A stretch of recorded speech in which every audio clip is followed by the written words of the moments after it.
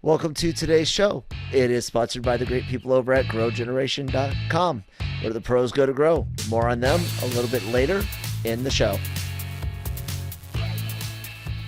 All right, everybody. Are you ready for this? Ready to marvel? Multiverse Mondays, the final episode ever of Falcon and the Winter Soldier Season 1. Today I am joined, as always, by Kyle. How's it going? And we have a special guest today. Here's Manny. Yeah. How you doing, Manny? Good. Enjoying the Oscars in the background today. I don't watch them anymore because I once got to fill out an Oscar ballot because the boss didn't care. He only filled out. I shouldn't say who it is. No, he's very popular. Yeah, you should again. be very, very careful. He wasn't popular last time I spilled his name on the radio, but now he's behind a bunch of CBS Paramount Plus projects. But he filled out the one person who was in one of his future films. Just so we could say Academy Award winner, blah blah blah, and the rest he gave to me and his assistant. Just fill it out. So I guess the assistants watch more of the movies than the actual producers. You're not the only person I've ever heard to tell a similar story. And I'm also just upset. This is a brief tangent. They put the screenwriting. I saw the 2 screenwriting winners. They put them first. It's give them some goddamn respect and put them at the end with the actors and the directors and stuff. But well, they're doing it all weird this year. I turned it on and I kind of immediately was just put off a little bit by the presentation. It just seemed, it just raised the level of exclusivity, I felt, and it just kind of separated a little bit more separation. I get it that they're still trying to do the whole COVID thing or whatever, but still have everyone. But it looked super posh and exclusive, and that's kind of a turn off for me.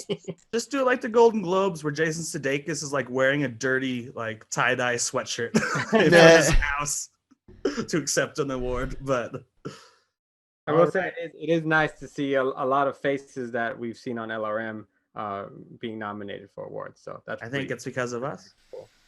Really do. You and the interview crew. So today we're here to talk about Falcon and the Winter Soldier final episode. But I want to start, and let's stick spoiler free just for a little bit. I want everyone's shortish spoiler free review of the entire season. Starting with who? Let's go with you first, Kyle. It was very fun for me for the most part.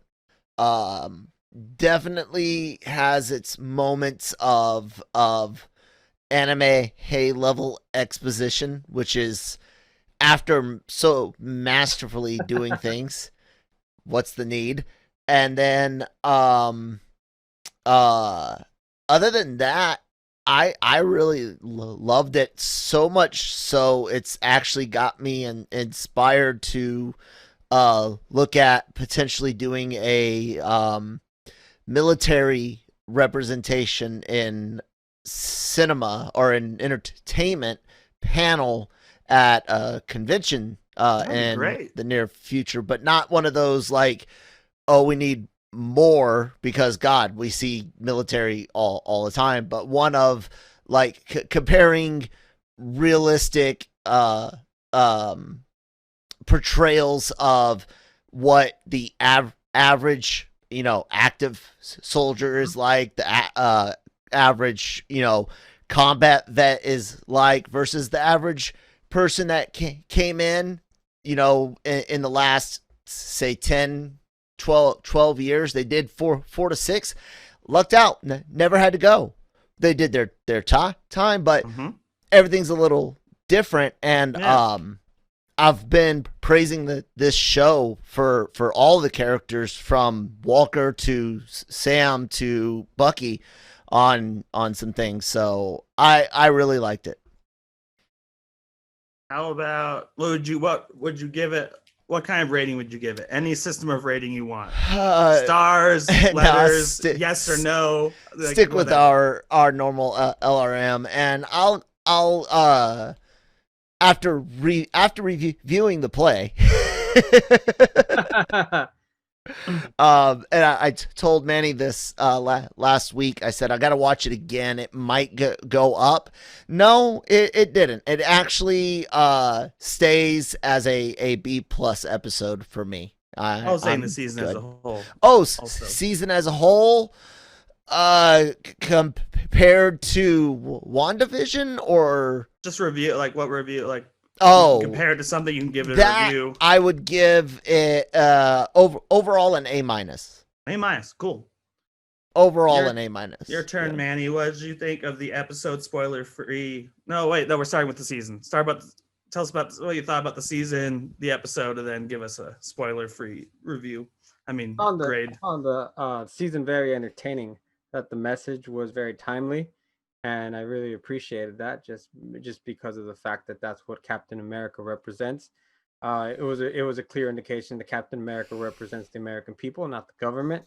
And so with what's going on in the real world, although a lot of times we want escapism with our shows, with our movies, that's not what Captain America was intended for when he was created, and that's not what he's been in the past few decades. So in that aspect, I thought it was beautifully done. I do think that the message kind of overshadowed everything else. And while it was entertaining, I did feel that because of it, it really lacked the climatic moment. And it also really lacked the dangers of whatever antagonist they were going after. It just fell flat. And then I was very displeased with how important Sam was to becoming Captain America, only to kind of just be almost overshadowed.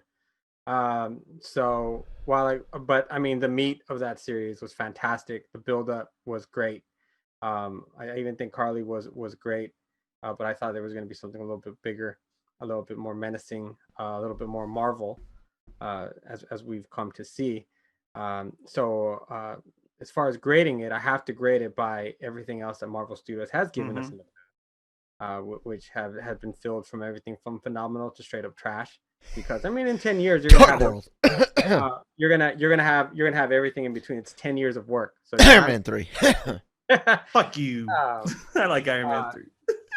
Iron Man 3, just for a little, is on my bottom of the list. Yes. Any list I make starts with Endgame, ends with Iron Man 3. Wow. And then there's everything in between. All three of the Iron Mans on the bottom half for me. That's not. I mean, it's just they're older, like they're not as innovative as the later films. Yeah, and they were barely figuring out. But that's Iron Man 1 is Spider-Man. That's why I kind of as far as tone and structure. Yeah, because you're not even Disney's. John Favreau, man, he. Where would Disney be without him now? Overall. Anyway, back to when Star Wars, for Christ's sakes. Exactly. It's like what we're talking about now.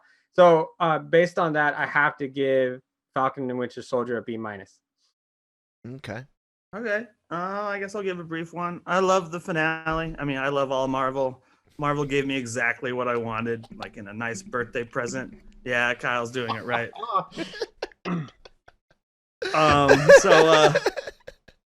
No, but I love I love buddy cop. That's my favorite subgenre. Yeah. I wanted the show with two Captain America characters. Like they gift wrapped exactly what I wanted. I would give it an A+ just because part of it was aimed at me. Like this was the show made for Nick. And I like the final episode too. And I would rank this in my top 5 or 3. I can't decide if I'm going to put it above the Avengers movies or not, but it's definitely behind Winter Soldier and Civil War. I just love the Captain America corner of the universe. But you can't put it above the Avengers. Avengers was a transcendent movie in superhero films that proved that you can bring in. I would definitely put it above the first Avengers. I was talking about Endgame and Infinity War. I wouldn't even put this above I honestly don't Age of Ultron. Oh no, I put it over Age of Ultron. I like Ultron, so but it would be up is like there. The first Iron Man. Zack Snyder should have directed Age of Ultron. That needed to be dark and gritty and everything. I would have been okay with that as long as it wasn't a collaboration between him and Whedon. No, yeah. I agree 100%. I just. Or what if that made things better? I like Ultron better than the original. I've convinced several people of that, but it takes hours of me convincing them. If I know my Ultron, he cannot be produced by Disney. It just doesn't work. Just authenticity to the character. He is a messed up guy.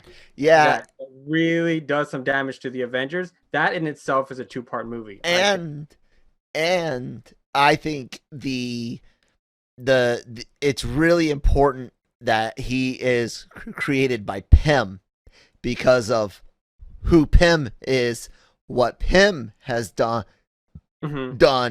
As Hank Pym, as Yellow Jacket, as Giant Man, and so on.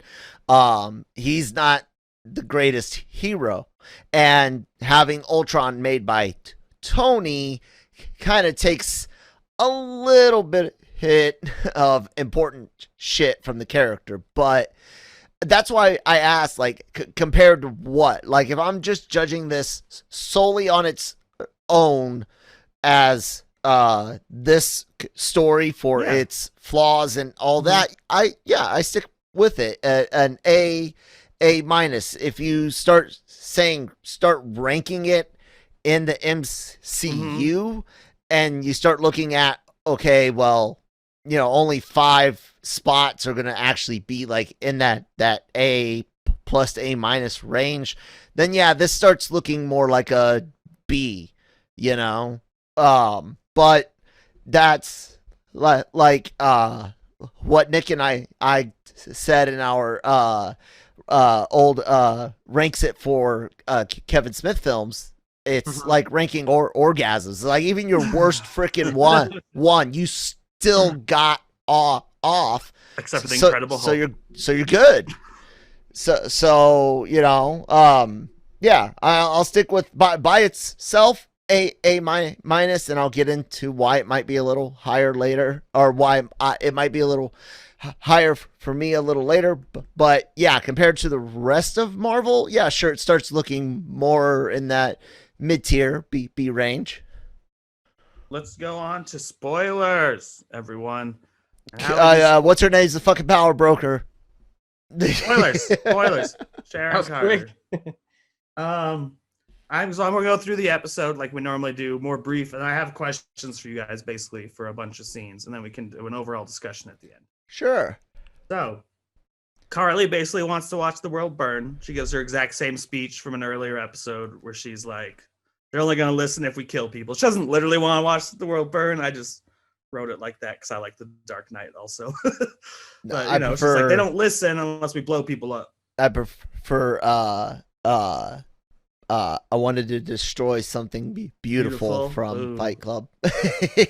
She's not destroying something beautiful, though, because the world is a fucking mess, I would say. Bucky and Sharon are on the ground. I think this scene confirms that Sharon isn't a Skrull. I'm going to ask you guys, because she's using Black Widow face tech when she could just be, Shield tech. Yeah. Yeah, exactly. Well, it's the exact same thing Black Widow did in Winter Soldier. But if she couldn't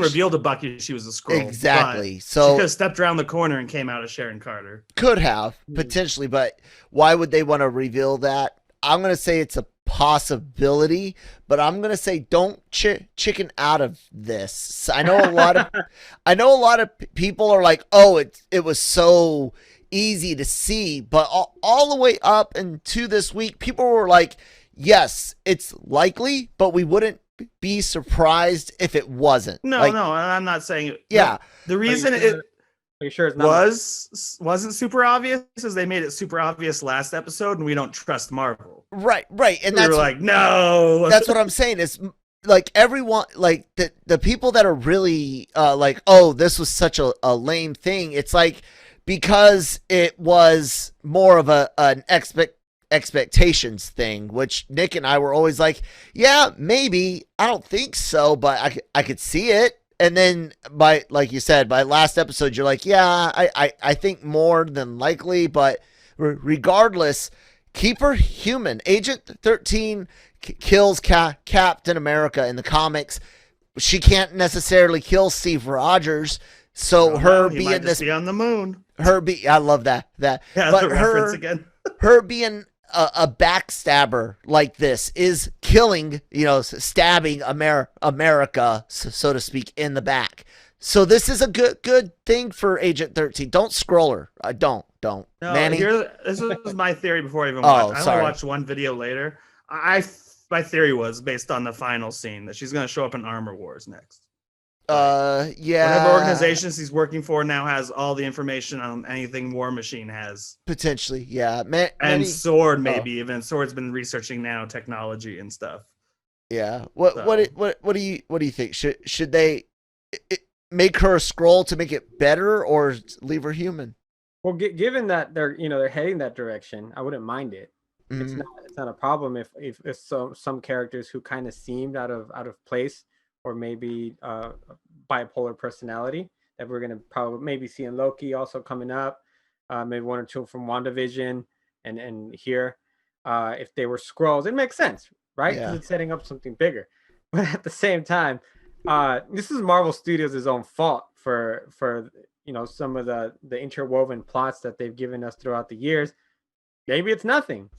So for how many episodes would everyone clamor at during WandaVision that it's Mephisto? Because it still was.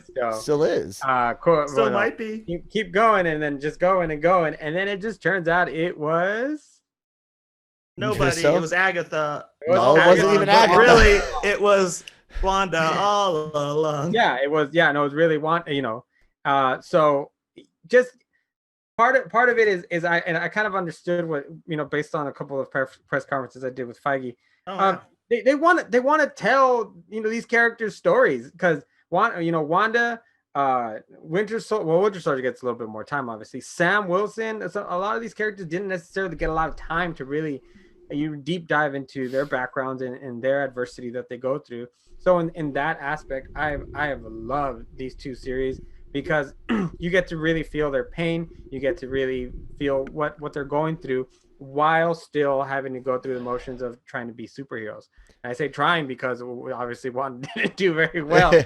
And so I think that maybe, and it's cool, it's fun, right, to speculate and to make it bigger than it is, but I'm not taking these necessarily for bigger world things. I think that these are just smaller shows to give us more meat about some of the characters that we don't have time for, because obviously Steve Rogers, we have Tony Stark, T'Challa back then, and so many other characters that just took over because they're making the big bucks, and that's where they're going to feature the most. And so now, thanks to this format, we get to enjoy smaller, a little bit less budget, a little bit less production time, and less of a massive cast to more hours. Yeah. Character development, which is why I think Star Trek is better as a series than a series of movies. Absolutely. I 100%. I've always agreed with you on that. Just because you get a little bit of Picard every episode, and it builds. And I agree with you. And this, because you were in a feature film, let's be real, you're never getting that not the same level. We wouldn't have learned this much about. Absolutely not. If we went straight into Captain America 4, which is what's coming next, we wouldn't have learned enough about Sam Wilson's journey to Cap or Bucky's past. Yeah. You're not going to get Bucky's road to healing. I thought that was really important too. And the journey as to not just getting the shield from Steve Rogers, but getting the shield and feeling worthy of it. Yeah, his own because confidence. The respect that Sam Wilson had for the shield and the explanation of why he didn't feel worthy of it, and Bucky being upset by it, I thought was a very, very well explained and thought out idea that we saw in the series. So that works. So in that sense, when you start adding like other little mystery characters and whatnot, this and that, you don't really have time for it, and you don't make it more than it needs to be. I thought this was just I know Kyle's probably going to talk a little bit more about U.S. Agent, his development. They didn't rush to get to U.S. Agent, and I appreciated it. I'm shocked the direction he went in this episode.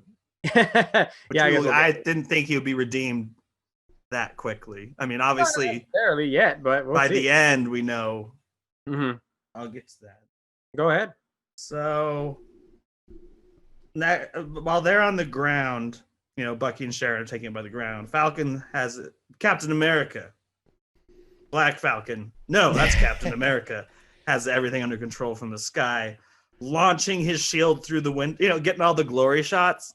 I hate to compare it to this movie, but visually it does look like Amazing Spider-Man 2, where like the helicopter has a light on him just the right moment as he strikes like a classic pose sort of thing. So like, he throws the shield through the window and then he goes through the window as catching the shield. I wanted to ask about what you guys thought about his costume real quick, because if you look, it's super comic accurate. Not exactly accurate. There's a difference with the stripes. He kind of has it's similar to Secret Avengers or undercover Cap look to it, more Winter Soldier uniform. So like with one stripe and a star. But what did you guys think of the costume? How did it look in live action? Since they basically did the comics right. Manny? Well, I think that was one of the first moments in the final episode I was really turned off by. Is I really thought that his costume needed like a simmer, a reveal. Let us take it in. Let us enjoy the fact that Sam Wilson, an African American, was now not only donning the costume, but proudly holding the shield into battle. The way that they did it, like you said, kind of like Amazing Spider-Man-esque, where he just kind of comes in straight into battle. It took away some of the importance of the moment and some of the importance of everything that he went through the past episode in all his training and staring at the box. And because they simmered that moment as far as that, him finally accepting it. The costume is beautiful, and I do think it's very comic book accurate. It looked great, but I think that they really missed the boat on just giving it a couple of seconds to just take it in, enjoy it, and because it's a big moment. It's not a white man representing America here who's been chosen. It's Captain America who, in a sense, has been chosen by the people as a representation of who they are. And I really think that moment just needed just a little bit of time to enjoy and to take in. Like you're just almost seeing him get dressed in it before he shows up. Yeah, that would have been great. Give me a Batman moment. Even give me the butt, whatever. Without the crotch and the nipples, yeah. Yeah. Without the cod piece. No close up on his cod piece. It just give it a little bit more respect, I think. And I would have had no other problem with it. I think it's beautiful. I would have given it at least an ass shot, because I need to rewatch it, I guess, but I need to determine once and for all who is America's ass. Steve I haven't seen enough of Mackey's ass to know for sure. I was gonna make a joke, Manny. I was gonna say I'm gonna attack the Spaniard lineage and tell you to check your Western European privilege and fucking let this guy go into combat like American soldiers are trained to do, unlike you Western European. No, I'm joking around. No, anyways, but this is a superhero property. Yeah. Hey, I would have. He would have landed. I would have done the Deadpool. Yeah. just exact. Not even. And where he says, "I'm Captain America." That was good. Like the whole seat. Like I get on second watch. I get what Manny's getting at. I dug the immediate boom, get it into it type deal, and you absorb it as you see it. Because they show off different aspects at different times. Initially it's, hey, red, white, and blue with the shield and a big star. This is Captain America. And then it's like, oh, but look, the wings have these hues of blue, and they show it off over time. I'll agree, Manny, when he comes in through that window, even if they used just like digital little things in his visor so you could tell that he's like looking at information, and the camera gets a couple of extra seconds with the lighting to show it off. I will agree that would have enhanced it. All right. So then he gets in a fight. Everyone's being exited. Like any good evacuation plan, it's announced over the loudspeakers so all the terrorists inside can hear where everyone's going. There are two groups are going to the bottom and one group's going to the roof. To be fair, those things are generally public access in general in buildings that have public access. So it's not really that big of a secret, because what the bad guys wouldn't necessarily know is who's in each group. So saying since they're grabbing all the groups, that's why they grabbed everyone. But if you were going after one specific target, what is likely to happen is you've got a rotation plan of when you're in groups 1, 2, 3, or A, B, C, and that type of stuff. People pointing that out as a issue, not that was funny. Yeah, not necessarily an issue, because it's the group, who's in the group that matters, not necessarily where a group is going. Oh, so another interesting thing I want to ask about. So when those gas things are thrown that she gave to Batrock, Carter, I have two questions about it. First one is, Manny, have you heard the theory of they cut out an entire subplot about an infectious virus? No. Like a pandemic, and that's why some of the dialogue's a little weird, and like why they're in a truck full of vaccines and stuff like that. I didn't buy it until this week, because she threw like a fake one was like thrown under the table, which just caused everyone to cough. But then later she used the real one to like make a guy's face burn off.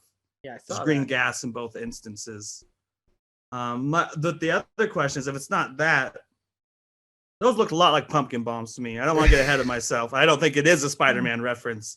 They look a lot like pumpkin bombs. Yeah. If Oscorp is involved somehow. Maybe an inside reference, but not necessarily. Yeah, I didn't think it would actually lead to it, but you don't know. Maybe they have a relationship behind the scenes and they're planning. They're planning for the MCU. You're not wrong. I think that now that I think about it, I hadn't thought about it that way as a pumpkin bomb, but that's probably the way it would work in a Marvel film. So I don't know. Maybe it's like that'd have been cool if you find out that it's by Oscorp or something. Yeah, it would be nice. And it's revealed maybe during whatever scroll feature we're gonna have, Secret Invasion, that they're using Osborn tech or something, and it's kind of like a little hint of what's to come on the other side. We know that how much Kyle loves that relationship between Sony and Marvel Studios. That's going to be the first T-shirt we're going to design for the future Genreverse merch shop is me reacting to the word Sony. You guys probably caught it too a couple episodes ago. In one of the towns, I saw what looked like an X-Men symbol too, on one of the doors. That I saw that in set photos, and I was proven wrong by it. It's the international sign for no stopping. It's an X in those colors. I saw it in set photos, and I was like, "Ooh, is that an X-Men sign?" And people were like, "No, you idiot! They're in Prague. That's a sign. Prague. That's a sign for don't stop." Yeah, I mean, they did do Madripoor. So we've talked about several things where in WandaVision we're hoping it's Fantastic Four and references and mutant references, all kinds of stuff. But I think I think by the time we're here, because obviously if we remember, this is the first show that Marvel Studios was going to roll out with Disney Plus. Mm-hmm. I think this is all maybe in the works before they really wanted to start putting in different things like the Fantastic Four and X-Men. Kyle and I have talked about this a lot. We have different opinions on how to bring in the Fantastic Four. We both agree the X-Men needs to be brought in from a different multiverse, because you can't just suddenly have mutants. You need to have a history between Xavier and Eric. Yeah. Like there needs to be a history of them being mistreated because they're mutants to make the X-Men work. Whereas Fantastic Four, Kyle thinks there should be like some kind of 60s time travel thing. And I think you can just say, oh, they've been smart all the time. They just haven't really stepped into the spotlight. Like maybe they bought Avengers Tower. Maybe Osborn did. Who knows? I actually don't even mind if Doctor Strange sets up a multiverse where the X-Men are from one Earth. Yep. And to come in Multiverse of Madness. Are like the Avengers of another world. And in that here and through there also, comes the Silver Surfer with Galactus, because they're like, what is that? Is that fresh planets over there? What? Those could exist technically without the multiverse, though. Okay, yeah, but what I'm saying is Galactus part. Yeah, true.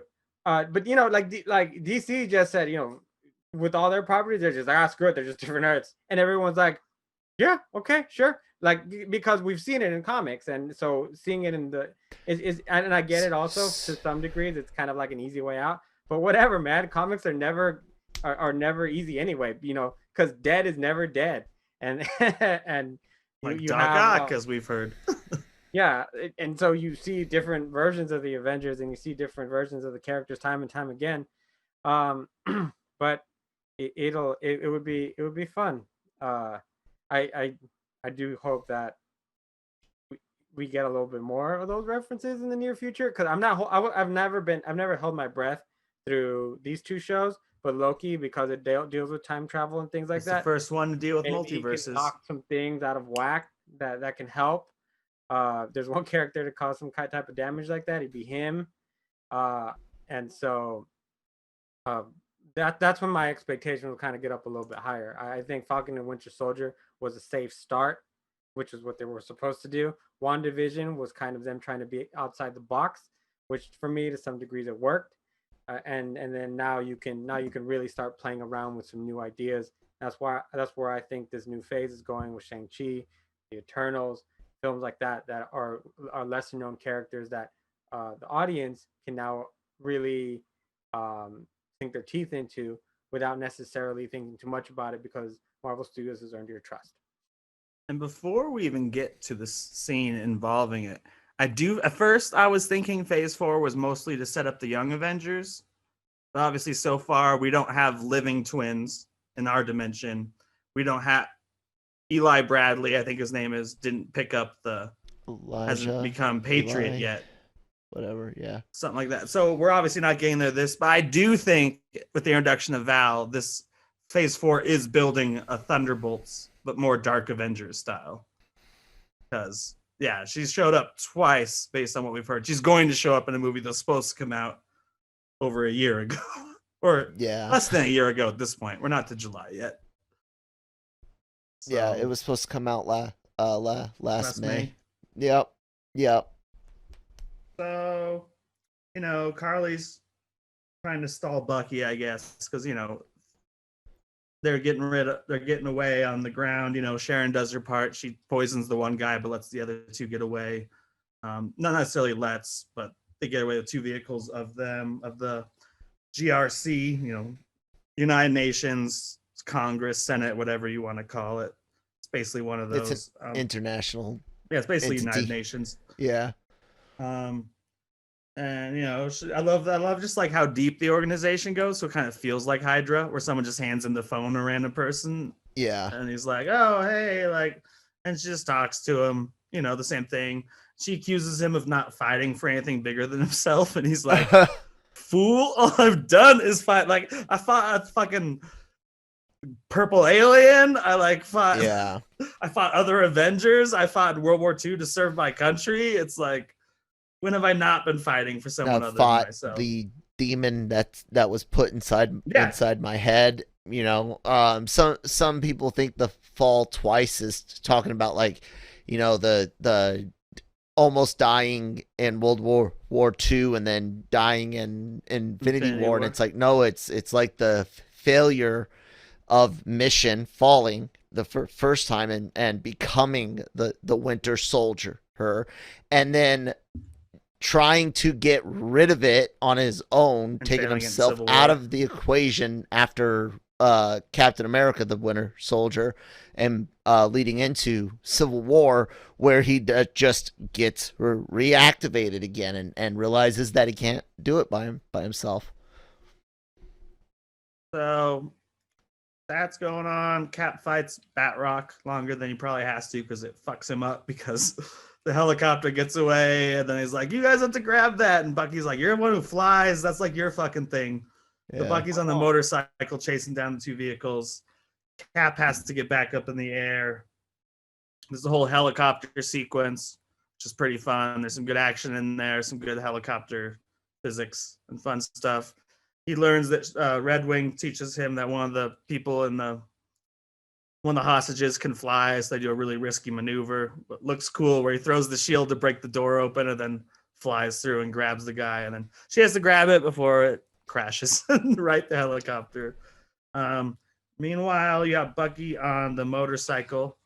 He catches up and he starts fighting them. And then Carly gives him the superhero dilemma that we actually don't see enough in movies, I don't think. Where it's like, oh, are you going to chase me? Or are you going to rescue this vehicle full of people? Or are you going to try to rescue them while I beat the shit out of you? Type moment. Like, it's in the comics all the time. And the movies probably shouldn't do it more. But that's always like, when the villain realizes that, you're like, oh. Like, when you look at Superman, you're like, he only has one weakness, kryptonite. And it's like, no, that's a weakness too. Like, he has, like, if you're like, fuck off, super. It's like, to bring it back to Doc Ock, that amazing moment in Spider-Man 2 where they're fighting on the train.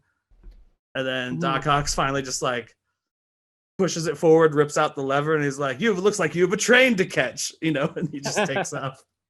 This is kind of like that. Carly's like, I know what'll, distract him. You just threaten innocent lives. And then fucking Walker comes down the street with his fancy new shield. And his his Captain America outfit, which is U.S. agent but blue this entire time. Mm-hmm. And he fights because he has superhero strength, just like Bucky. Bucky gets thrown over the side.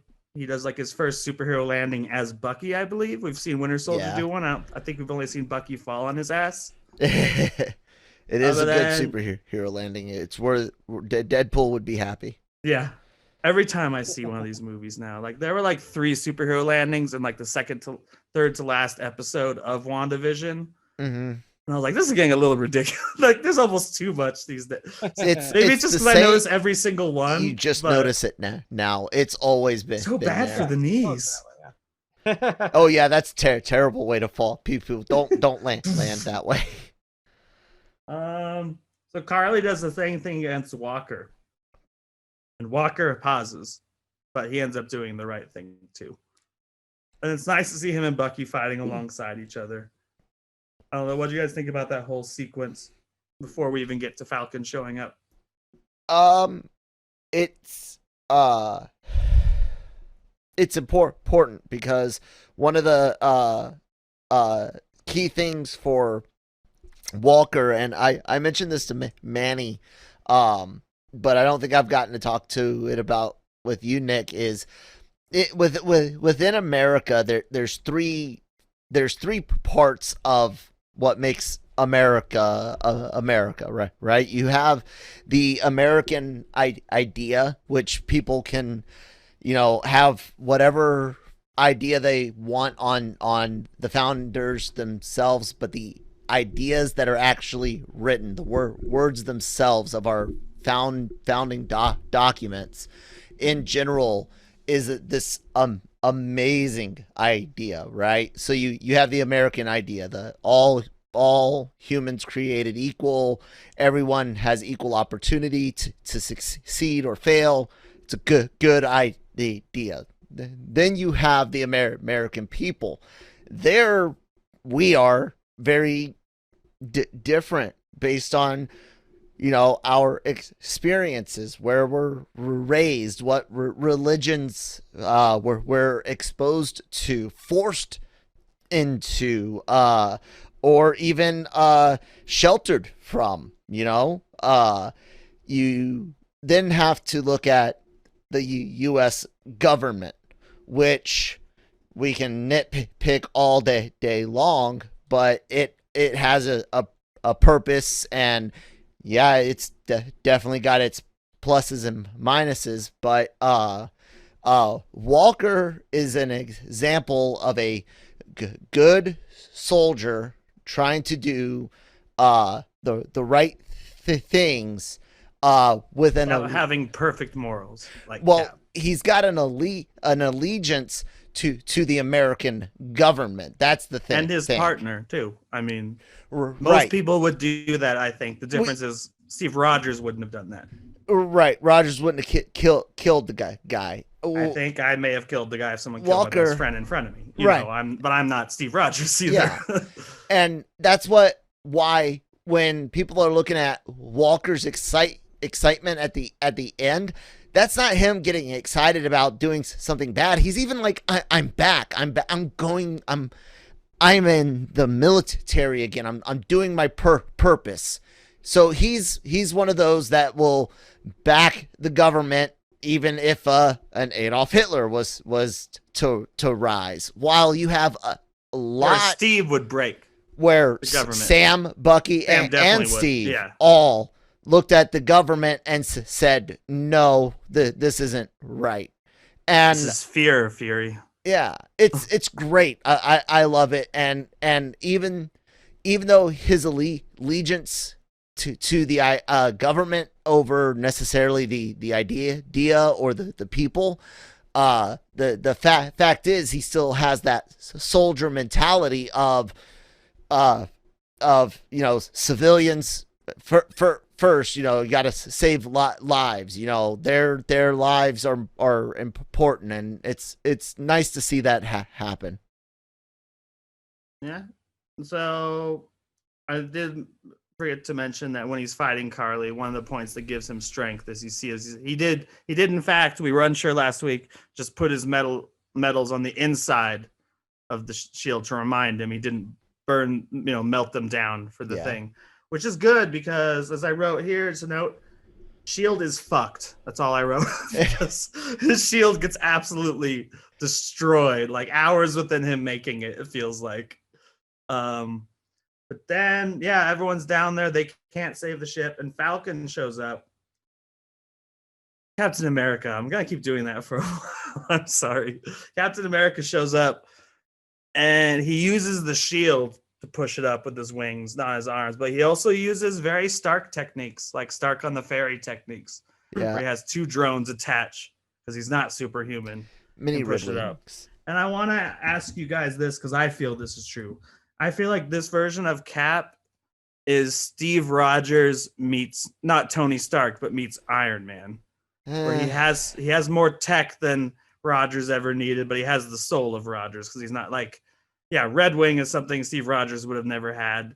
Shuri, Feige has said, is a better inventor than Stark, so she's probably the one who worked on this new thing. And just like because he's not a superhuman, we see him rely on the wings or the shield more often. Like when I love the scene where he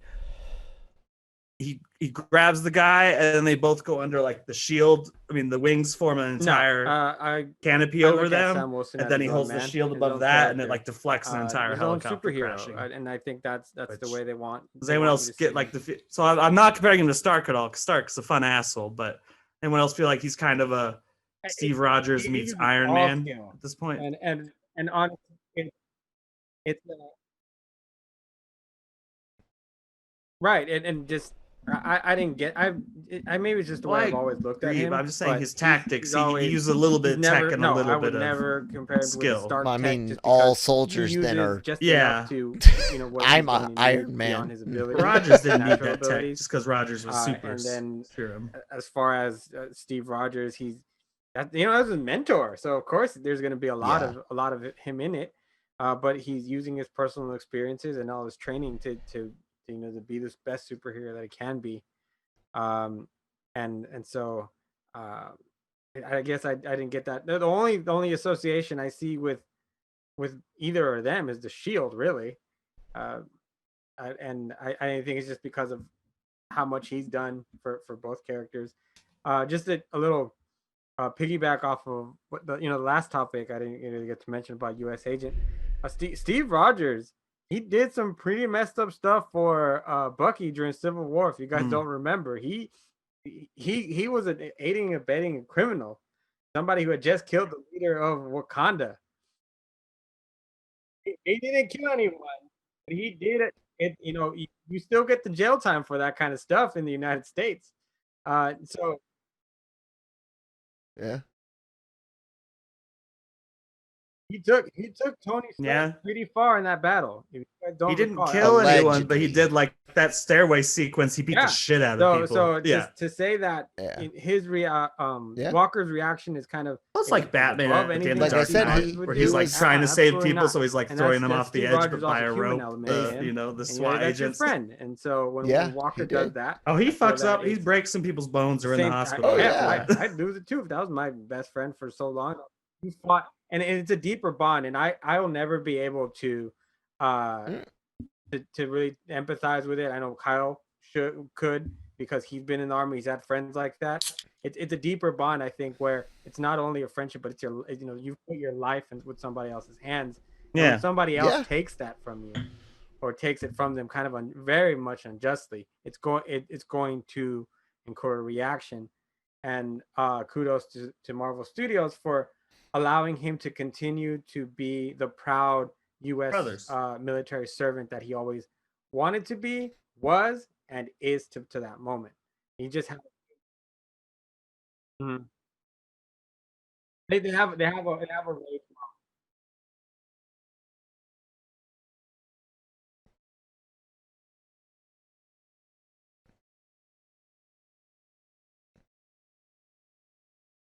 I mean, but just comparing him to Steve Rogers, they both have the exact same moment, and Steve Rogers stops from decapitating Iron Man at the last minute, or never meant to.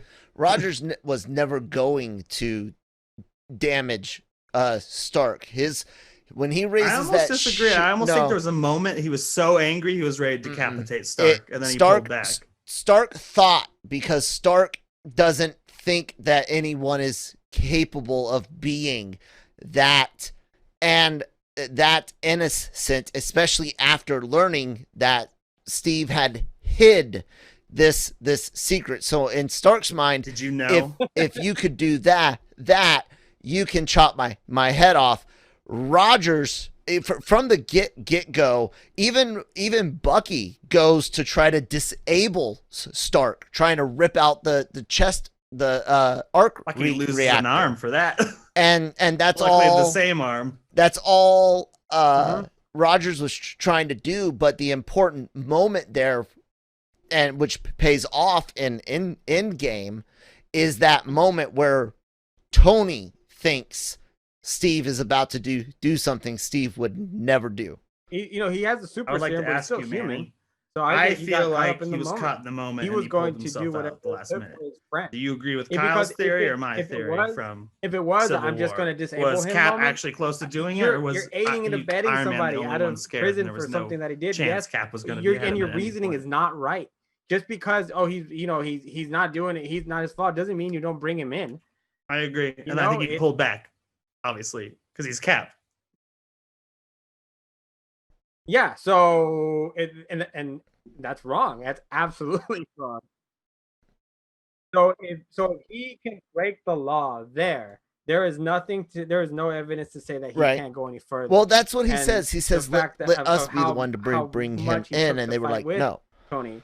Yeah, speaks volumes as far as how far he's willing to take it. Yeah, I'm not saying that he didn't break the law. That's not the discussion.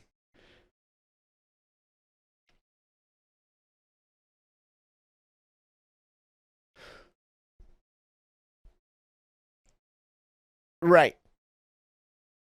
And that goes to his loyalty to the American idea, which was freedom and the ability to choose to do right, to do that way they don't wrong. Send us somewhere we don't want to be, or they don't send us where we want to be. Exactly. So man, it all stays right in glorious, beautiful red, white, and blue character. I love it, dude. So next, after that little save of the vehicle, that's the first time someone's like, "Hey, it's Black Falcon." And the other guy next to him was like, "No, that's Captain America."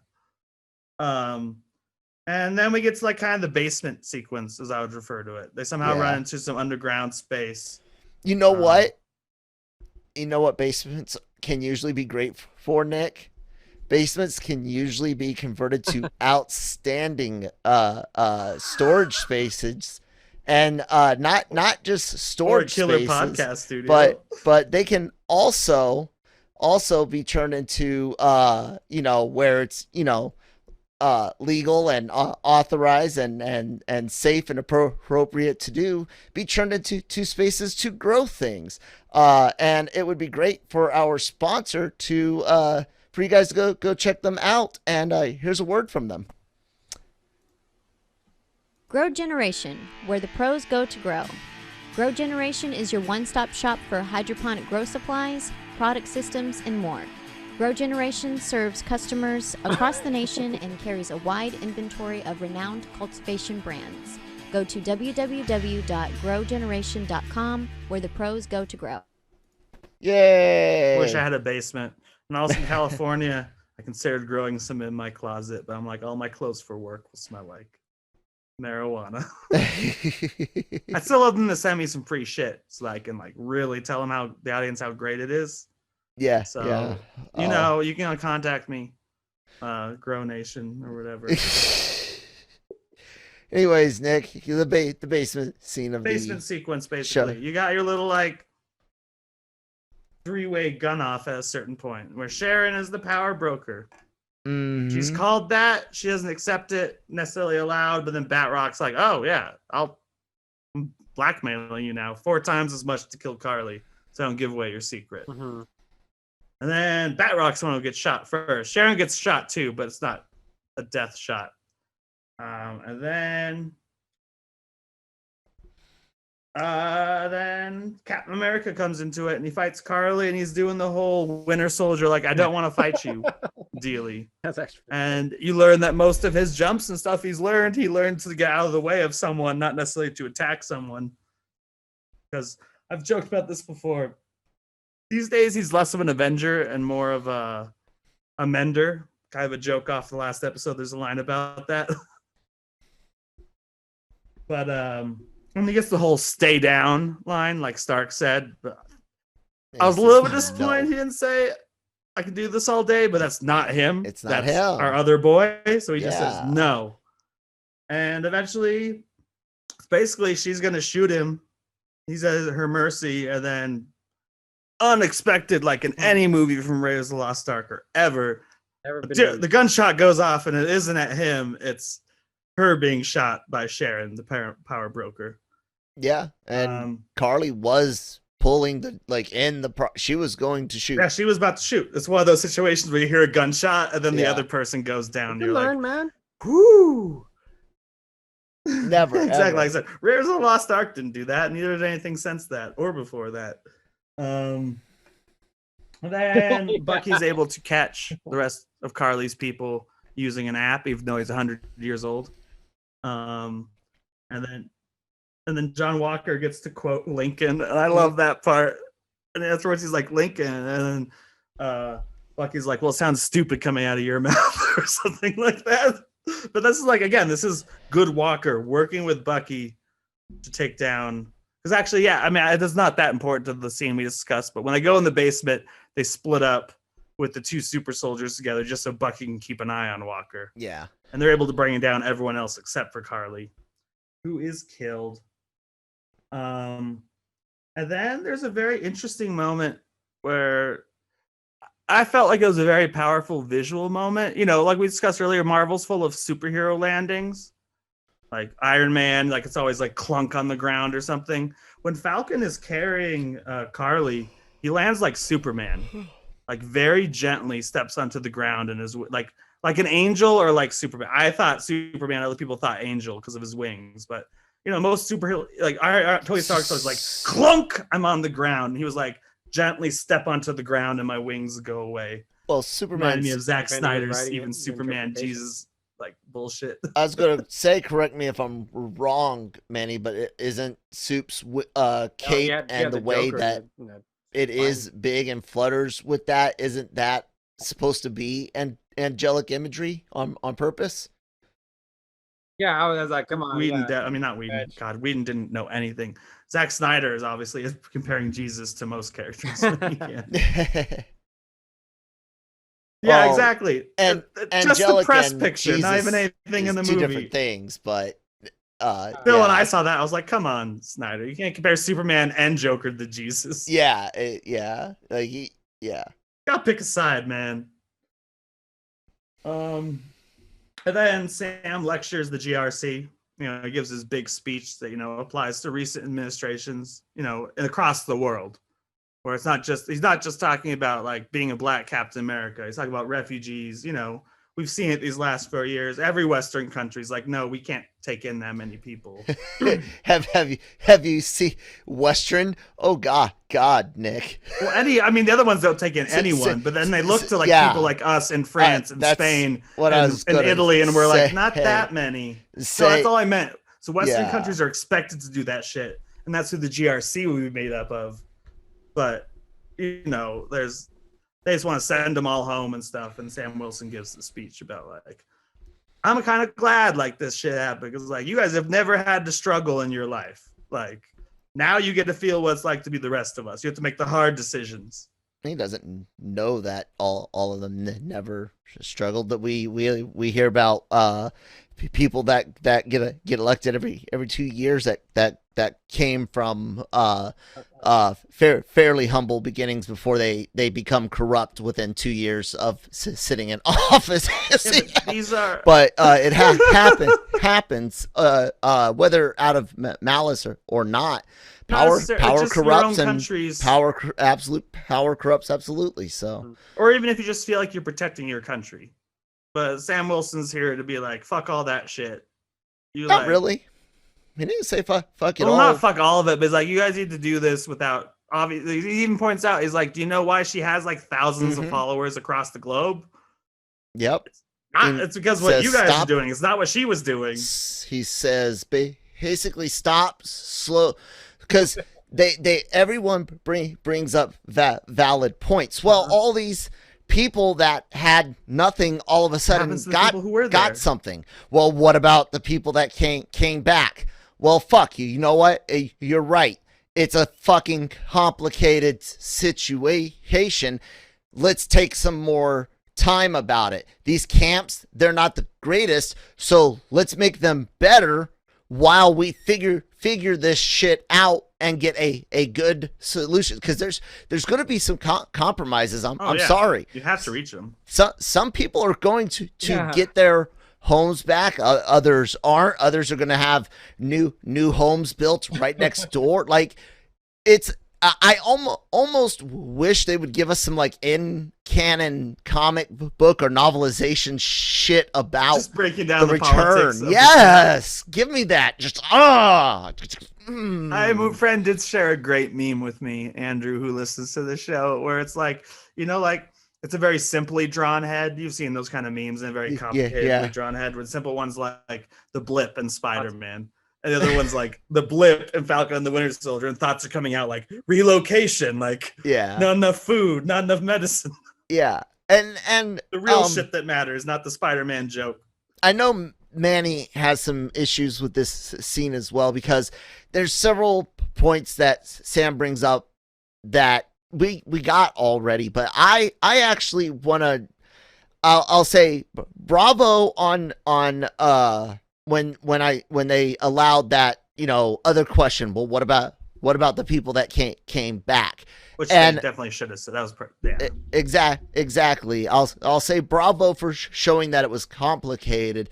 Bravo for not saying that the GRSC stopped completely what the return to normalcy. They said that plans changed and the timeline slows down.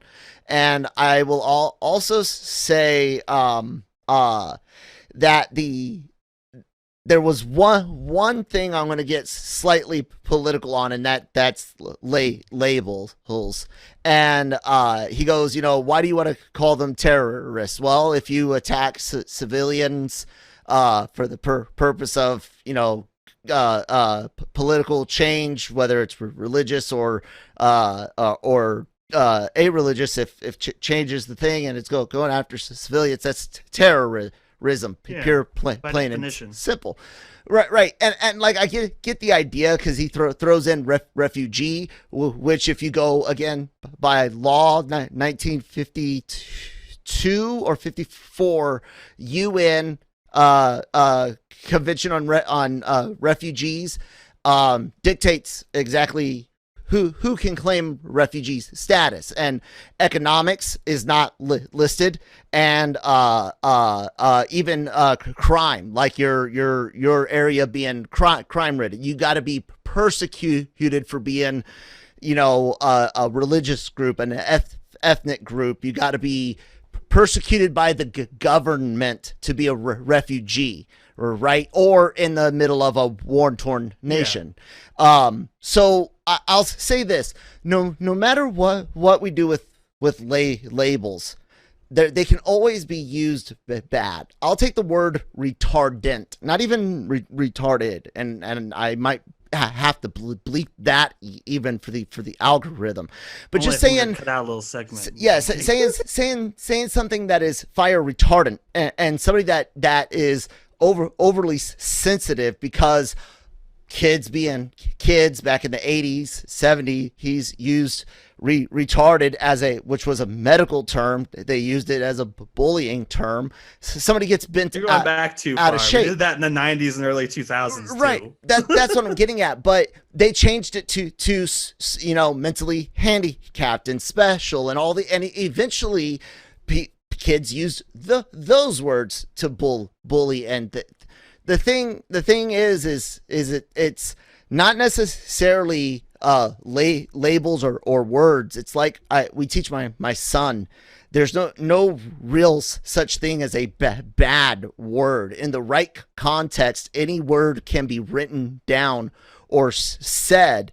It's how they're written down and how they're said, that the context and usage that makes a word good or bad. And that's why we don't say, fuck is a bad word. It's a grown-up word. You need to be grown up to say it, Kevin Smith.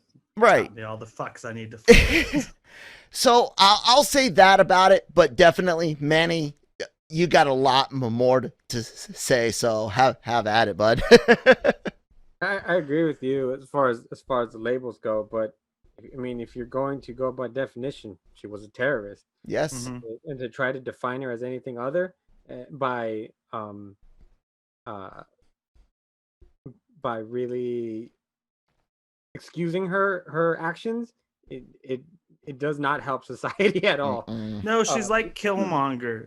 Her idea is fine, but he was a fucking murderer and terrorist himself. So you can say that almost about a lot of no, exactly. Fine ideas, wrong execution. Yeah. So yeah, she I didn't like that because you were kind of excusing some of the actions of people in real life with Carly's character, which I did not like, because there's many fine men and women that have died because of these people's ideas that were just extreme.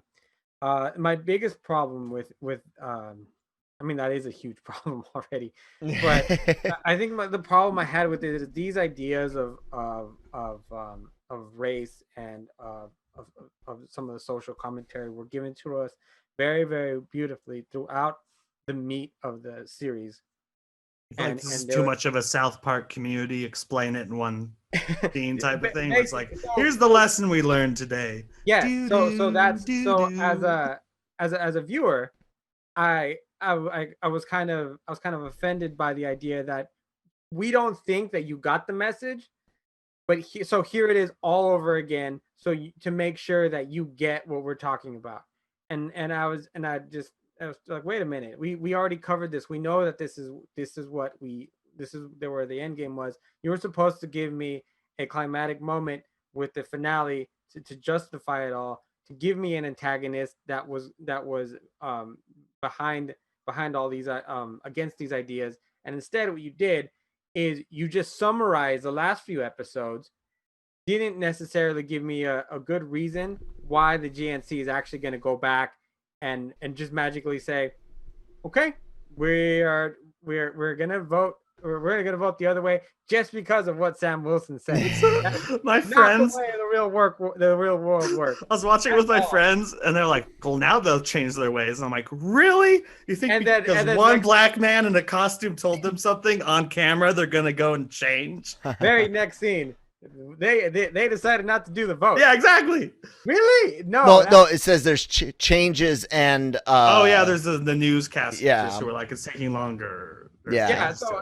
It was to me. It was really annoying, out of place, unnecessary, and I think it's insulting to the viewer to think that, because I mean, Kyle did tell me this on Friday. He goes, "Dude, on Twitter, there's people who completely missed it." I want to be honest with you. So I get it that there's those people, but most people are going to get it. There's not going to be a lot of people who are like, "Oh, that's what it was," you know.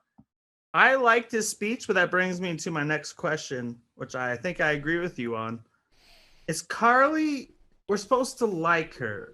The writer was like, "This is the saddest episode, people die and stuff." Did anyone in this group actually feel bad for Carly dying? I did not. No. Like, he's lowering her like he's an angel, and it's like, she was a bigger villain than Zemo or the Power Broker. John Walker. Like, she's the worst villain this season. It kind of shows that potentially the group that came up with the overall arc and story of this, and some of the imagery shows a bit of idealism, and that's fine. Anyone that denies that, I believe it was an all black writers group. I mean, Rube. Okay. Hey, I mean, anybody can be. I was just saying that. I learned that this week when they down Captain America 4. Okay. I think there's a bit of idealism, which is fine to a degree. But you're also now you're almost trying to blend the DC escapism with the Marvel social commentary, and that's like two north magnets. You can't do both at the same time. So it kind of can take you out of it, I guess, a bit. Manny, would you say take you out of it? Oh, completely took me out of it. It took the series down a couple of notches for me, just because of the fact that it was already well developed with Isaiah, and then you still have scenes after this where you honor that idea, but you did it with the conversation with him, with one that set it up. You have conversations with Sam, with his family, with what they go through in the first episode, just trying to get a damn loan for a business, despite the fact that he is Falcon. And doesn't matter. He didn't have no fucking money. Yeah, but still, you know, a contract work without a long-term contract. I ain't giving you a loan. An income for 5 years. Check your veterans, man. So I expect to get screwed, and if I can screw you, I will.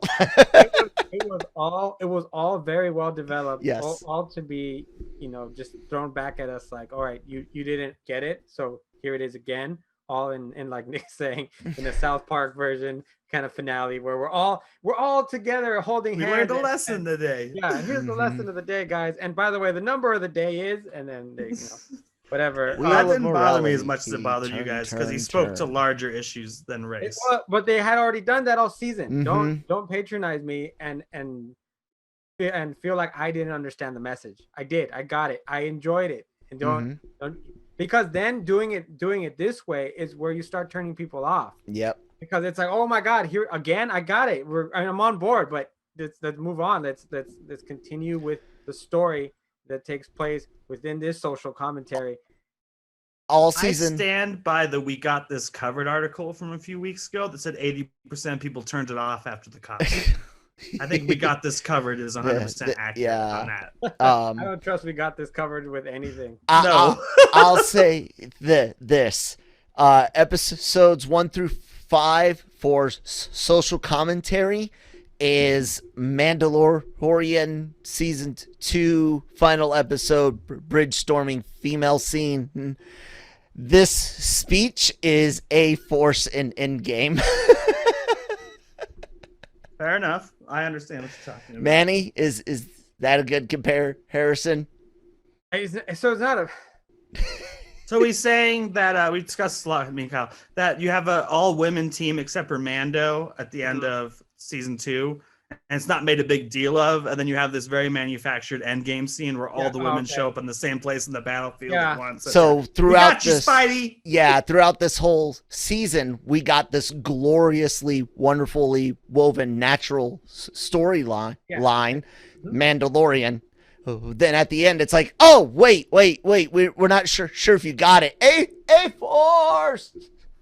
That whole A-Force, it pissed off the showrunners or the boys that so much that they did an entire sequence.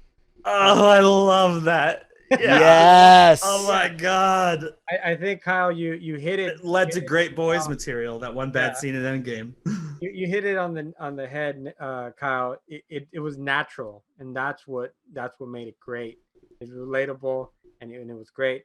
And so when you do it now in the end, kind of mixing it in with what you're calling, the Superman landing, and now he's draped as Captain America, and he's holding the dead girl, who, by the way, is a terrorist. And now you're giving that speech. That does feel a whole lot more manufactured. Yep. And given what you've already given us, it was completely unwarranted. All right. Let's move on a little bit. Right after that speech, Pucky says, "Nice job, Cap." Like and that. He pats him. He Like patting him on the back. He pats him on the shield. Kind of giving reference, I think, to both Caps. Yeah. Like, Steve picked the right man, and you are the right man, my man. Mm-hmm. And then all the flag smashers are put into a little, police car, and then the guy's like, "I'm one of you," or whatever. Don't worry. One world, one people. Name of the title, and he puts him in the driving way, and my friend's like, "Oh no, he's gonna get away!" And then boom, they blew up, and then even I thought this the first time I watched it until they showed the guy behind it. First, I was like, "Who the fuck is that old white guy who pressed the button?" And then the minute they showed Zemo, I was like, "Oh, that's because Zemo, he ends up in prison every time, but Zemo's won twice. Even Thanos only won once. Zemo has won twice." Zemo's great, man. I think favorite. Character. He knows how to play the game. You know what? He's working with them or he's tearing them apart, whether it's Turkish delights or it's video footage. You know what I said to my wife? I am a huge this is a joke. I am breaking the fourth wall for people here. Okay, this is a joke. I hate Europeans. Despise them with a passion. You are all garbage. Okay? That being said, I love me some World War II stuff because the best part is the Nazis dying left and right. And what is better than Nazis dying left and right? So Inglourious Bastards is a great favorite movie of mine. Okay? I'm seeing Europe burn. I'm watching Nazis get scalped. I'm happy, right? Daniel Bruhl is awesome in that movie, but he is more evil, and I hate him more than Waltz. Like, I get the idea that if Hitler had said, "Okay, we are after a completely different group," any group, that Waltz's character would have been Glorious Bastards as dedicated. He's in that movie. But do you know what I'm saying? Like, he would have been as dedicated going after that other group. I think Bruhl's character's like just this disgusting, evil. I hate him in it, even though he doesn't do as much as the other guy. It's so greatly done. I don't know. What do you guys think? Who do you hate more in Bastards? I like him because because he's the cocky actor, even though he was like he was the proud soldier, and now he's the cocky actor who wants to like flirt with the French girl who works at the bakery and stuff. And yeah, I don't know. I don't even see him as that evil. I just see him. He's being like. He's almost like John Walker. Everyone's like, "You're a hero," and he's like, "Fuck yeah, I'm a hero. I can sleep with anyone I want."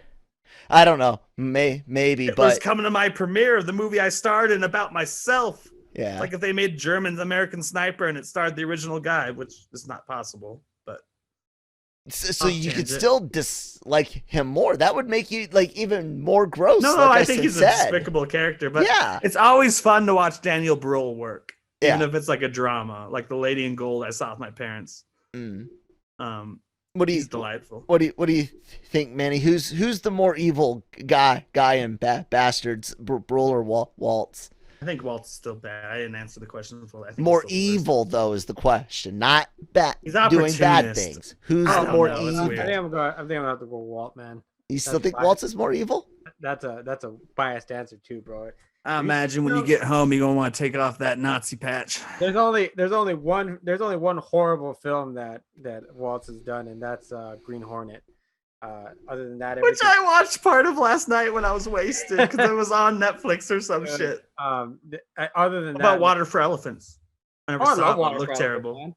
Water for Elephants gave me hope that Robertson Pattinson's a good actor. What about? He's also I would say he's worse with less screen time and Horrible Bosses too. Oh, you know what? I forgot he was in that movie. Even in like the bloopers at the end, he does not look happy to be in that blooper. He like glares at the screen. And it's just a blooper of the door not opening. It's not this kind of movie. I don't know who put him in there, but yeah. You know, he has such a great knack for villains, and anytime when he was a villain and even in 007, he was wasted in 007 compared to our other man who was right before him. Either of you see Downsizing with Matt Damon? No, I read the script long before there was a cast. You guys should actually Waltz's he's the friend, character, right? Yes, because when I read the script, here was the cast: Paul Giamatti, and his best friend was Sacha Baron Cohen. No, when I read the script, that was the cast that was attached. No, this is, and then they changed it. It's not the best. It's not the greatest. It's a good enough film. But Walt's in it. I love it, and he's so philosophical without being a villain. It's great. I highly suggest everyone check out Downsizing just for Waltz's take on life at the end of the world, if the end of the world is coming, and it's awesome. Love it. Quick, non-planned question. Every good actor should be in the Marvel universe. Who would you cast Christoph Waltz as in the Marvel Cinematic Universe? I have no clue. Christoph Waltz? Yeah. Mephisto. There you go. Cheating. That works for me. That's what I go. I was going to say Norman Osborn. No, I don't know. But he's too foreign. I don't think he even has a good English accent, does he, Waltz? I've never seen him play anything but like. Because even in Django, he has like a German accent. Mm-hmm. He's so great in Django. Love it. He's wonderful. Let him do Red Skull. Oh fuck yeah! Remake those, just reshoot those scenes and put Christoph Waltz in the. Let him do Red Skull. Red Skull comebacks. Yeah. Oh, I love that. I think he would be. That's top notch. It's like the Indiana Jones actor that got cast this week. I'd never heard of him. He's just German, and we're like, oh, well, he's a villain if he's a German in Indiana Jones. Yeah, especially now that they don't have to shy away from the whole World War II Nazi tie aspect. Because Spielberg was too uptight after Schindler's List and Saving Private Ryan. I also don't know if he could work, but I just don't know. I just don't know if I can see him serious enough, but maybe I'll just throw Magneto out there. Fassbender. Magneto. Magneto. Ooh, Christoph Waltz would be a pretty good Magneto. I was thinking of a look. That's a really good one. Look, I just don't know if that's the role I want him. But yeah, I like that the best.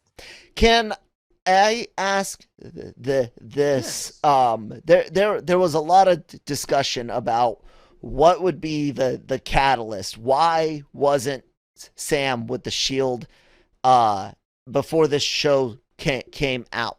And you had a lot of theories ranging from sane to stupid. Can we all agree how great it was to not go with all of a sudden directly America start as Captain America. Everyone else that was left behind was racist, and we hate despite Sam or Nick Fury and Monica Rambeau and all this and Rhodey and stuff. While you guys were all snapped, we became the racist guys, and that's why Sam can't have the shield, because that's what a lot of people apparently expected, and some like are legitimately wanted and are upset that Walker got a redemption. Like, why wasn't Walker racist? Like, whoa! No, can we all agree this was a much better result? Like, this was the way to tell the story. Yeah, I agree. I didn't think he'd be redeemed this quickly, because obviously in the comics he's all over the fucking place, depending on who's writing him. But it was nice to see him be redeemed for now. Manny? And we'll get into the final scene later. Yeah, Manny. So I really appreciated the care that they took for Walker, because Kyle has mentioned to me a couple of times in LRMornings podcast that we do. He doesn't appreciate how a lot of times returning soldiers are really treated with kind of with a handicap as far as being able to do things, with PTSD only leading to mass shootings or hurting their loved ones. Which does it happen? Yes, but there's also good stories that people can learn from. Mm-hmm. Sam Wilson, for example, when we first meet him, he's absolutely helping other veterans. This is not to say that he wouldn't do the same thing for Sam Walker, and so you don't want to continue that stereotype of he lost it because of everything he went through, and there is no redemption for him, and thus putting the idea that there's also that's what Marvel Studios thinks of people coming out of the military and really and being unstable.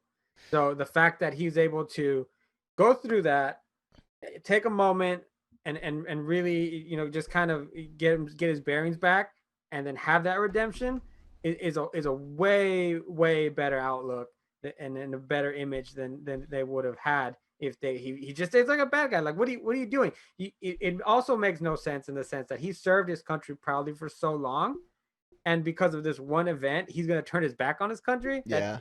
I don't feel like he ever turned his back. Oh, that's what you're saying later on in this episode, why he came back to the good side. Yeah. Yeah. Because he wasn't necessarily turning his back when he killed the guy. He was just but I mean afterwards. And he was embarrassed when he got discharged. I know you talked this up a little bit on LRMornings, but how personal Sam's story was. I said at the beginning, if they take the shield from Sam, I will be upset and I might not watch this show, because that didn't make any sort of sense to me other than the idea that he was a criminal. I could see that potentially, right? But it being when we learn in first episode, it's an internalized, am I worthy? Do I represent this? Does this represent Do me? I want to represent it? Yeah, it's so layered. God, that was so much the one more line beautiful. In this episode when Carly's like, really? It's just kind of looking at him dressed up in the red, white, yeah. and blue. And he's like, fuck yeah. Yeah. I love he says this in towards the end to Isaiah as being a black person. He says, we built this country, yes, we bled for it. No one's gonna tell me I can't fight for it. Right. And he gets to tie that building and bleeding in twice, once through his African American heritage, and then all over again with the work So building, work and bleeding physically and mentally, emotionally for forever now. He did serving, and it was just God. This is an example of amazing, appropriate social commentary. That look, and everyone that knows me knows that I'm no bleeding heart person. I call bullshit whenever I see it, like comparing A-Force and stuff. This was brilliant, and I, other than the over the head repeat anime exposition, this was awesome, people. And if anyone has an issue and thinks that any of the stuff that they saw here isn't real or is hyped up too much, I actually think this is one of the best displays of the situation. I don't know, Manny? Well, yeah, because you use the appropriate characters for it. Because Sam Wilson's such a good transition character for this. If you guys remember, Warner Brothers at one point wanted Will Smith to play Superman. Yeah. And what was his reaction? He goes, "You don't mess with white people superheroes." and it's a real life sentiment that's been voiced in the past for other things. People don't feel as empowered because of the color of their skin, because nobody has done that before. And so Captain America has been Steve Rogers for all these years. Nobody's done that before. Am I really worthy of it when I can't? If you think about it, part of it is he's Sam Wilson thinking about his personal journey and things that he's going on back home, and he can't even get a loan for his sister, yet he's supposed to represent America. But so all that weight of everything he's gone by personally overshadows everything else he's done, because him and everyone else went up against Thanos, but that he doesn't see that because he got dusted. Because he's still dusted back at home. He's still treated so differently. There's that classic scene that we keep seeing over and over again, and unfortunately it happens, where him and Bucky get kind of pulled over. Yeah, stop. And at first they don't recognize him; they just see him by the color of his skin. And if that's all they see, then how can he represent America? Yeah. And that journey from that to that last episode is so important and so relevant and so very well done up until that last point at the end. Yeah, I will say this. It's kind of bookend, Manny, that ending speech with the bank scene, because in the bank scene it's made quite clear that Disney wanted to say it's a little about race, but only a little, not a lot. So we're going to actually put a legit reason why he can't get the loan, but we're going to have this racial thing, but it's not too much race, but it's a little bit of and so that scene was so clumsy. I was worried, wasn't I, Nick? Going back to scene? Yeah, because I was like, if they're so clumsy with this. We talked about the bank scene where it's at that point it was just that they don't have a lot of loans to get out to any race. Right, exactly. But you still had those certain moments where it was like, well, like the microaggression was like, can I get a picture with you? That's like the moment where you're like, ooh. I see what Kyle's saying. Kyle's saying Disney wanted to really just dip their toes. Yeah. Not necessarily full on commit to it. And then they got the really good blended story where you're like, yeah, here we can see class, here we can see race, here we can see both, here we can, and then at the end it's like, just in case you missed it, dunk, over the head. I scream, we'll move on. Okay. Getting to the end of it, Sam has his Isaiah moment, which I cried over. Brings Isaiah to the great Smithsonian. I really cried. That was fantastic. And obviously he cried and hugged Sam Wilson. Bucky finally has a family. Earlier in the series, he says his only family is the Shield. Mm-hmm. And he has a family. He has a girl. He's sitting on Falcon's wife still. He's holding up like a bunch of kids with his arm. he's fitting in just fine with all the people who helped out Sam Wilson fix the boat. He's part of the community. He is a tether to the planet for the first time since wherever Steve Rogers went. We don't know if he's on the moon. We don't know if he died. We don't know if he went back to his own dimension. He's on the moon. Yeah, I love that. They reference that in this one too. Apparently that was an ad-libbed line when Torres did it. So they must have fed it to the extra on that one scene. But then I want to get to the Val scene where he shouldn't have called her Val, and she even calls him out. Where, like, here's I'll ask you guys after I put my theory forward. Okay, she's like, yeah, our pal Zemo took care of it. And, she does a whole, like, maybe I was involved. Maybe not, but maybe, I think she was involved for one reason. Or at least someone she was, paying. I don't think Zemo's butler was going to sneak in and out by placing bombs on the bottom of a vehicle. No. And just sneaking away as like a 90-year-old man. Mm-hmm. I think Val's, our good friend Zemo, or our friend Zemo, felt like it was an ironic term, but I feel like she's already been in contact with him also as far as Thunderbolts or Dark Avengers or whatever we're getting. What do you guys think? Was she involved with blowing up Carly's crew to help Zemo? At least her people? At least, like she says, happy with it. And I hope they call them, while I hope it's a more Dark Avengers style team. Thunderbolts. You gotta still call them Thunderbolts. You still need to call them Thunderbolts. And she knows some stuff about the government. She's like, all the paperwork and the redactions and stuff. It's like, well, maybe she works with Thunderbolt Ross and the government, knows about paperwork. And then who was Zemo looking at when he looks at the camera? Because he's not supposed to break the fourth wall like that. Who in the thing was letting him know? Hey, check it out. The plan worked. But he's reading the book about Machiavelli and his friendship, which I forgot who he was friends with. Da Vinci, and they're like, and some videos I've seen are like, who is the Da Vinci to his Machiavelli? Maybe it's Val.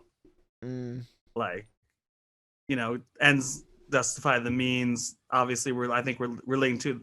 I don't think they call it the Dark Avengers. We're leaning to the Thunderbolts, even if they're more of a Suicide Squad or they're more of a Dark Avengers type team. They're leaning towards. I think they'd probably lean with Dark Avengers just for name association. Really? You don't think they'll do the Thunderbolts and have Ross be behind it? That would be almost icky.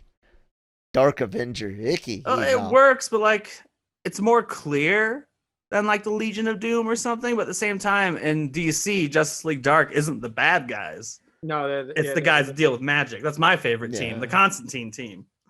I like the idea of the Thunderbolts being a anti-Avengers, not just a suicide. I actually I like them. We discussed it before. We want to see them treated as the Dark Avengers, but still called the Thunderbolts. Yeah. The Dark Avengers were not as long running or nearly as interesting, but Kyle and I want the Dark Avengers just called the Thunderbolts, where it is like Avengers 5 is team versus team. So Cap versus Cap. Essentially, yeah. Guy in a robot suit versus the guy in a robot suit. Well, I don't know if I'll want it done like a 90s cartoon, but yeah. Well, you know what I mean. Yeah. So and then to wrap up past that, there's the other post-credit sequence where Sharon also looks into the camera, where she now has government secrets. We don't know who she works for. Oscorp. AIM, Hydra, Skrulls. Okay, Voss. But I think we covered everyone. We feel like we all covered it. Yeah. I'd say we're good. I liked a lot that Walker was shown to be a soldier, that the serum did exactly what the guy said it did. It doesn't amplify. It doesn't change. It just makes you stronger. It's not the old one. It's it was proof that he's damaged, but he's not necessarily a bad guy. And like I said at the end, he's like, I'm back. He's not like, ooh, I'm gonna go do dangerous, sneaky bad things. It's, I'm gonna go be a soldier. And that was the one thing I meant to say earlier. One of my last things I'll say is that I feel like he feels like he's getting a good deal. He's named U.S. agent. He's an American agent when really he's working for someone not so great, who's not interested in that kind of thing. And I think once he's in the situation where he's aside Zemo and other people, he'll be more willing to bend his rules. Or maybe she even convinces him what he's doing is better for America than what the Avengers are doing for America. Eventually, he'll get darker. Yeah, exactly. We know John Walker. He'll have his ebbs and flows. So, but what a chance though for them to have that difference between Captain America, who's fighting for the people, and Walker, who will be quote unquote fighting for corporations or maybe even the government at one point again, because they want to do shady things. That contrast. And it's the same thing we see in real life. They're almost the people versus the government. So it's good that they left him to be able to go either way, because there's going to be, like you guys say, some moments where he's going to be doing all good things like fighting aside with them, and other times where it's not going to be so black and white. Yep. And don't get my happiness with how he was done here as my wanting to see him stay a good guy. No, I definitely want to see him go dark, get used and be okay with it in the end. I'm down with that. I'm just saying, like, this story made sense for his character, what they wrote, and it was wonderfully done. Yeah, good character development is all you. And to be fair, we have Cap in the white hat, to kind of paraphrase Westworld, and now we have well, it's the same, but it's black. We have Walker as the black hat going forward, so it'll be interesting. Because obviously, my parents were like, "Well, what? How is it?" Like, they've seen every Marvel movie and watched everything except for WandaVision. And they're like, you're saying this moves into other projects? I'm like, it always does that. They're going to join together. They'll split off again. And then parts of it will join together and split off in different directions. Yep. Yeah. Like, we're in for an Armor Wars show, a Gamma Radiation show, a Skrull show. So, damn. Anyone have any? It's a while before the next one's a problem, which is why Kyle and I, and then Manny, if you want to join, we always want a third. We'll be covering the Spider-Man movies for the next few weeks in Cantina style, where we have to watch it that week and then talk about it. Starting with the original, because we're going through all the Sony ones because they tie into Kyle loves Sony. Home. Oh man. Yeah, I'm gonna get watching all the Sony movies over here. Well, yeah, I'll take it back. I love the fact that Randy Savage is in the first one. Bonesaw is ready. But God, I don't know if I can. I don't know if I can watch Spider-Man 3 again. Or I have the editor's cut, which is not any better. I can be medicated. Yeah, drugs are allowed. No, it's medication. I have a prescription, sir. Well, I mean, alcohol. I don't need a prescription. I can have alcohol. Oh my God. Anyway, I guess that's the plan for the future, folks, since we have a few weeks before Loki on June 11th. Manny, where can the people find you? Get in touch and argue with you. Well, go ahead, Twitter at LRM_Emmanuel, or you can find me on Instagram at riddlemethis_510. I will be bringing you the scoop from the Loki press conference when that happens. And right now we're working with, this is the wrong podcast for that, but Star Wars Bad Batch. So looking forward to that. Oh yeah. Kyle. You guys can find me at that Kyle Malone on Twitter. I do LRMornings with Manny. Look out on Thursday for our live broadcast of the show, where we will be doing a giveaway. Best way to be able to keep on top of that is to follow me at that Kyle Malone on Twitter, and the at LRM_exclusive Twitters. And then there's a whole bunch of other stuff, Star Wars and anime and Marvel, and I do a lot of that. So. And then I do this show with Kyle and any guests. A lot of people at LRM don't want to talk about Marvel shit. But, talk about it all the time. Yeah, they come on more often. And we need to do our Star Trek podcast someday. down for Star Trek, man. I have a communicator that actually works with my phone. Fuck, that's cool. Nerd. I also do Breaking Geek Radio, the podcast. Our second Dungeons and Dragons episode comes out the same day as this, titled Song of the Obtuse. It's part 2 of our trilogy of Dungeons and Dragons. And Breaking Geek Radio also comes out every Friday, and I write for the site.